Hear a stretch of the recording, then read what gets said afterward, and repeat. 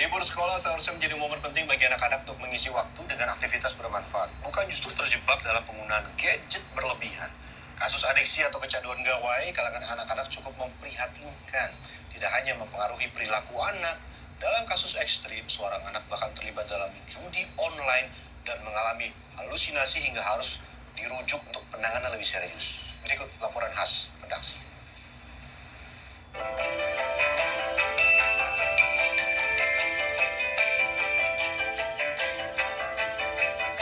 Fenomena kecanduan gawai atau gadget di kalangan anak-anak di Kabupaten Aceh Tamiang, Aceh menunjukkan peningkatan yang mengkhawatirkan dalam beberapa tahun terakhir. Seperti yang dialami sejumlah orang tua di Kecamatan Rantau, Aceh Tamiang, mengaku kewalahan menghadapi anak-anak mereka yang tidak bisa lepas dari gawai.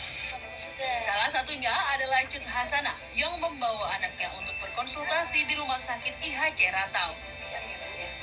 Ada selalu kesibukan, jadi pas kelas 3 itu pada saat itu saya lagi emang ada kegiatan yang mungkin kurang perhatian ya, jadi sehingga anak itu selama 2 bulan itu nggak megang handphone aja, dia main games atau dia nonton YouTube, TikTok atau snack video, sehingga di dalam 2 bulan itu emosional dia itu mulai tinggi. Keluhan serupa juga diungkapkan oleh Sitiana, seorang ibu dengan 3 anak berusia 8, 6, dan 2 tahun. Kalau abang? Tiga-tiga tuh udah kecanduan handphone. Kalau misalnya saya tuh lagi bekerja di rumah gitu kan, dari rumah. Kalau nggak dikasih tuh handphonenya berantem. Psikolog klinis anak di RSU IHC Rantau, Yulfa Islaini menjelaskan, kemarahan adalah reaksi umum pada anak yang kecanduan gawai ketika kesenangan mereka, baik bermain game maupun menonton, diinterupsi atau dilarang. Kecanduan gawai juga menimbulkan banyak efek negatif. Karena beberapa kasus yang masuk ke saya yang saya tangani adalah anak-anak tersebut cenderung dia suka di kamar sendiri. Ya, kadang jadi malas berteman, dia malas mandi, itu seperti itu. Terus nilai pendidikannya tuh menurun. Jadi ada yang anak-anak pertamanya pintar, terakhirnya turun dan turun.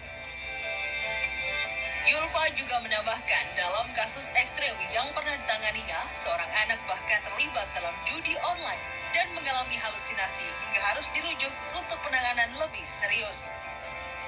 Untuk mencegah dan mengatasi kecanduan gawai, Yulfa menekankan pentingnya peran konsisten dari orang tua. Bermain bersama anak tanpa gawai terlebih dahulu. Terus apalagi nih ayah bunda? Baik.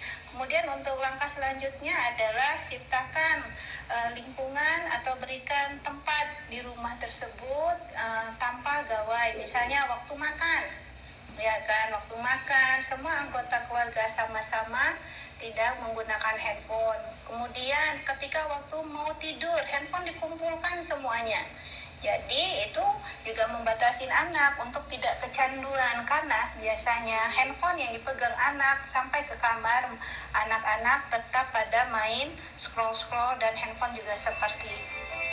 Fenomena ini sejalan dengan data nasional dari Badan Pusat Statistik atau BPS pada tahun 2024 yang menunjukkan bahwa 40% anak-anak di Indonesia sudah menggunakan gawai. Bahkan 6% diantaranya adalah anak di bawah usia 1 tahun.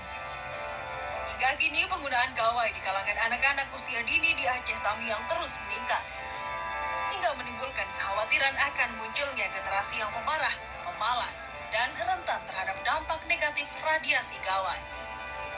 Muhammad Irwan, Aceh Tamiang.